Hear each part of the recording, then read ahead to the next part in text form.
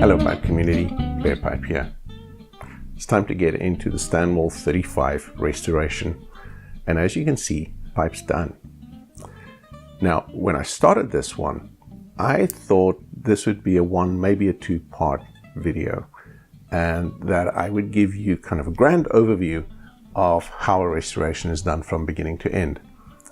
But then when I got to the editing, I realized that there was a different opportunity here. I had so much footage, I had almost 2 hours worth of footage on this pipe, that there was a chance to get into at least 4 different things and go a little more detailed, a little slower, and to give you a bit more of a granular view of the restoration process.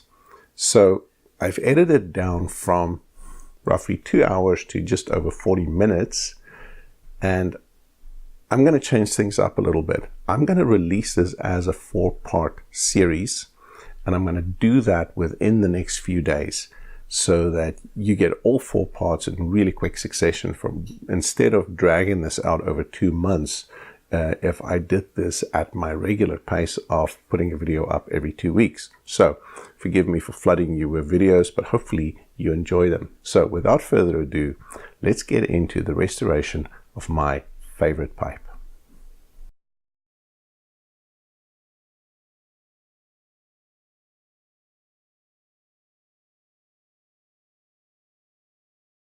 Here's the 35, and I think the first thing we're going to do is we're going to start on the stem. It has a bite mark here, and it has a couple of bite marks here. The edge of the button is actually a little worn down in a couple of spots. So what I want to do is I want to build it up, and in order to make it go a little faster, because I need a bit of body, I'm going to use a bit of vulcanite dust. There we go, which I'm going to combine with some super glue in order to make a bit of a paste.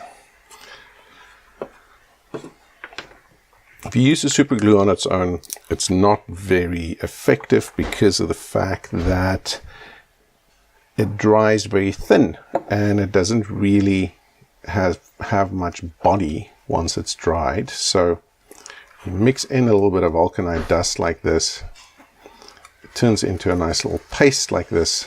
That's much easier to use to get some body. The super glue I'm using is the 20-minute drying time Stumac black super glue, and now I'm simply going to dab it on in the areas that needs to be built up, like so. And I'm going to do the same on the other side,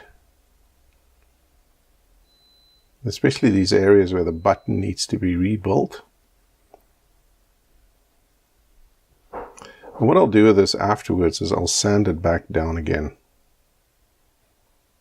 once it's dried.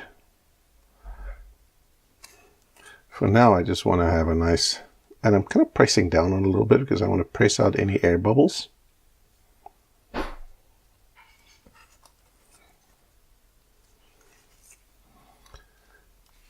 Okay.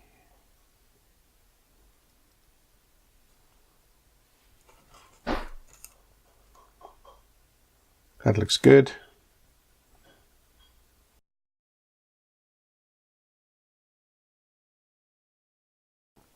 And now it's time to start to sand this down.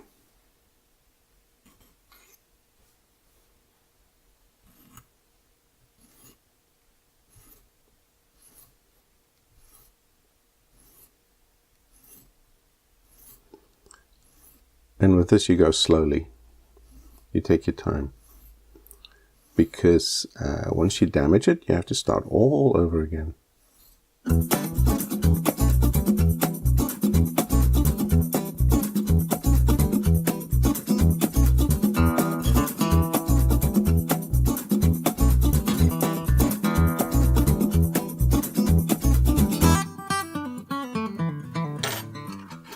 I'm going to go to a smaller file now because I want to work a little more precisely.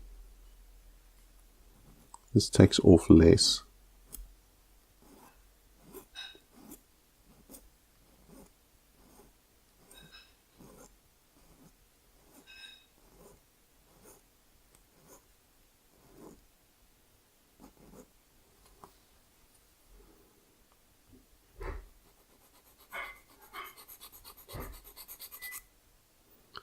being square, you can work the corner a little more precisely.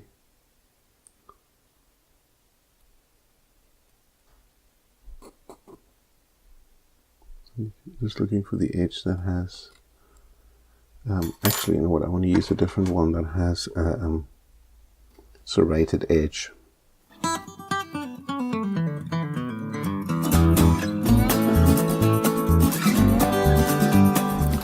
And now I need one that has a flat edge. I don't want to sand this, I want to sand the side of it. So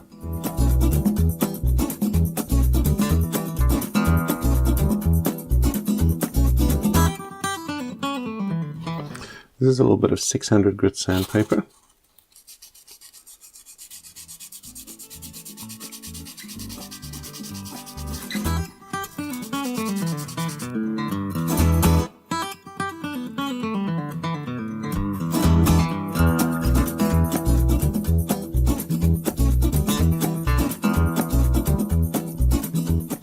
So you can see the difference here between this side. I haven't done this side. I have.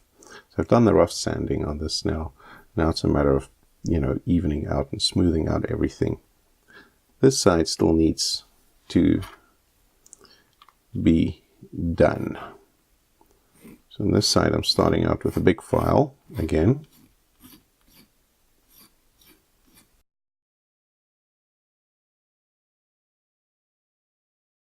Now it's time for the sanding paper. And initially, like this, I sand across because I'm trying to get into that edge. But then as soon as I'm done that, I start going in the opposite direction, and I stay in the opposite direction for the rest of the sanding so that I can get a consistent edge, a consistent direction to the sanding grain. Now at a certain point, once your sanding paper gets a little worn, just fold it, and then you get another sharp edge that you can work with. Because you do need to get that edge of the button to be very nice and sharp.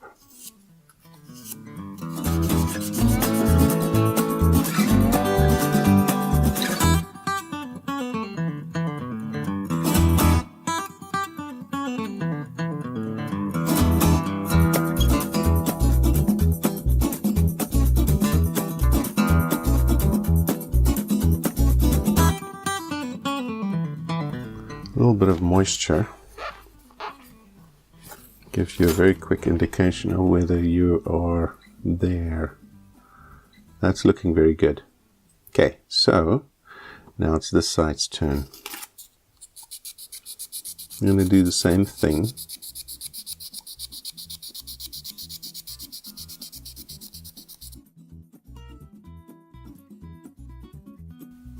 Okay, the shaping is done. Now we need to start to work it up with the micro mesh pads. These are them. And here's what I do with these. I start with my micro mesh pads, but between each run, I actually wipe the stem down with a little bit of this, which is a soft version of a carnauba wax. It's a carnauba wax that's not a pure carnauba. It's a mixture of beeswax and carnauba wax, which makes the carnauba a little softer. And the reason I do that is because it helps to remove any of the dusty grit that forms on the stem as you're sanding it. And that actually aids in removing any of the scratches. Because sometimes what happens is you may be sanding, like now I'm sanding with a 1500 grit micro mesh pad, and then you go to the next one, but if there's a little speck of grit here that remains on the stem, that's a 1500 speck, you just keep on re-scratching it with that 1500 piece and you're not actually making any progress.